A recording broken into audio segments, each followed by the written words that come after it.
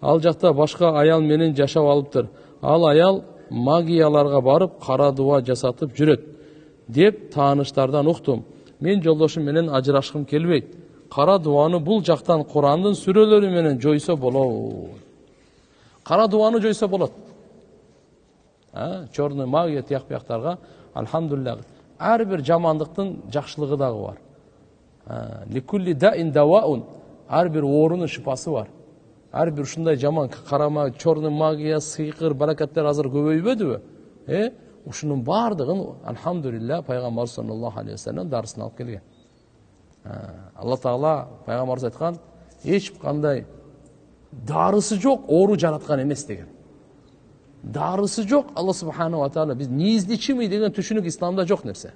Адамдын акылы ошого жетпейт, ана низдичими деп коет. Андай эмес. Бардык оору, ракы болобу, ковиди болобу.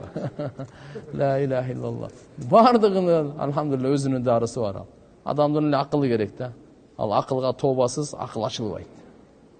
Ошончо адам билбей калат. Болсо Ибн Синада чөптөр сүйлөтүп койшуган го чөптөр. Мен мына ооруга, мен мына ооруга, мен мына ооруга деп. Алладан да.